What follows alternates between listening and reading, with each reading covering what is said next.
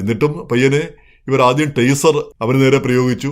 ആ ടേസർ പ്രയോഗിക്കുമ്പോൾ തന്നെ അവന് അത്രയും വോൾട്ട് വൈദ്യുതി പ്രവഹിക്കുമ്പോൾ തന്നെ നിശ്ചലനാകേണ്ടതാണ്. എന്തുകൊണ്ടോ അവൻ അതെടുത്ത് മാറ്റിയിട്ട് അവിടെ നിൽക്കുകയാണ്. അപ്പോഴും അവൻ്റെ ഈ കത്രികയുണ്ട്. അപ്പം അതിന് കൃത്യമായി നമുക്ക് അറിഞ്ഞുകൂടാ.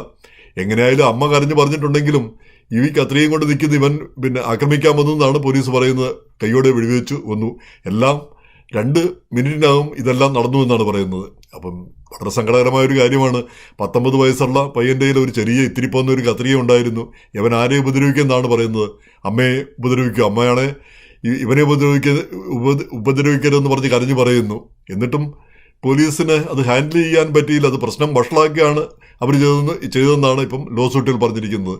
പലപ്പോഴും അവനെ പറഞ്ഞോ ആശ്വസിപ്പിക്കുകയൊക്കെ ചെയ്യേണ്ടതിന് പകരം അപ്പം ഇങ്ങനെയുള്ള പ്രശ്നങ്ങൾ വരുമ്പോൾ പോലീസിനെ വിളിക്കരുത്, പോലീസല്ല ചെല്ലേണ്ടത്, സോഷ്യൽ സർവീസുകാരോ അല്ലെങ്കിൽ ഈ സൈക്കാട്രിസ്റ്റുകളോ അങ്ങനെയുള്ളവരാണ് ചെല്ലേണ്ടതെന്ന് പറഞ്ഞ് അതിനു വേണ്ടിയിട്ടുള്ള ഒരു ശ്രമം ന്യൂയോർക്ക് സിറ്റിയിൽ നടക്കുന്നുണ്ട്. അത് എവിടം വരെ എത്തിയെന്ന് നമുക്ക് അറിഞ്ഞുകൂടാ.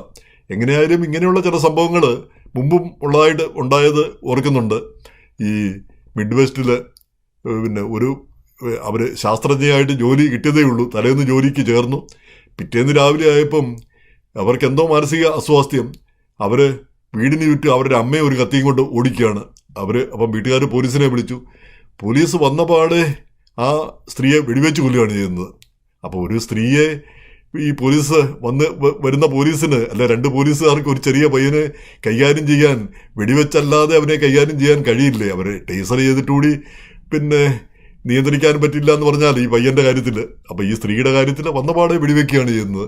അപ്പോൾ അത് എന്തെങ്കിലും രീതിയിൽ ഒരു ജീവൻ രക്ഷിക്കാനുള്ള ഒരു ശ്രമം അവിടെ കാണുന്നില്ല. അതുപോലെ മറ്റൊരു സംഭവം ഓർക്കുന്നത്, അത് മലയാളിയാണ്.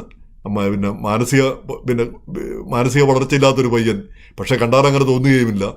അയാൾ അയൽവക്കത്തെ വീടുകളിലെല്ലാം പോയി അവിടെ ആരും വീട് തുറന്നു കൊടുക്കേണ്ടതില്ല. അവൻ തന്നെ തുറന്ന് കയറി TV ഒക്കെ കണ്ടുവച്ച് കണ്ടിരുന്നിട്ടെങ്കിൽ പോരുകയും ചെയ്യും. ഒരു കുഴപ്പമില്ല. അപ്പം അങ്ങനെ അയൽവക്കക്കാർക്കെല്ലാം അറിയാവുന്നതാണ്, ഒരു കുഴപ്പമില്ലാത്ത. പക്ഷേ ഏതോ ഒരു വീട്ടിൽ ചെന്നു. ആ വീട്ടുകാർക്ക് എത്ര പരിചയമില്ലായിരുന്നു ഇവനെ. അപ്പം അവിടെ ചെന്നിട്ട് ആ വീട് തുറന്നോ മറ്റോ ഇല്ല. അപ്പോൾ അവൻ തിരിച്ചു പോവുകയാണ്. അവർ പോലീസിനെ വിളിച്ചു.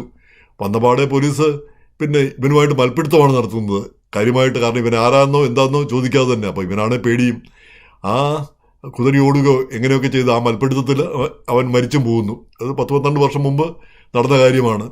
അപ്പം ഇങ്ങനെ ഈ ഒറ്റപ്പെട്ട സംഭവങ്ങൾ പോലീസ് അതിക്രമം കാണിക്കുന്ന സംഭവങ്ങൾ കാണുമ്പോൾ വളരെ ഖേദം തോന്നുന്നു.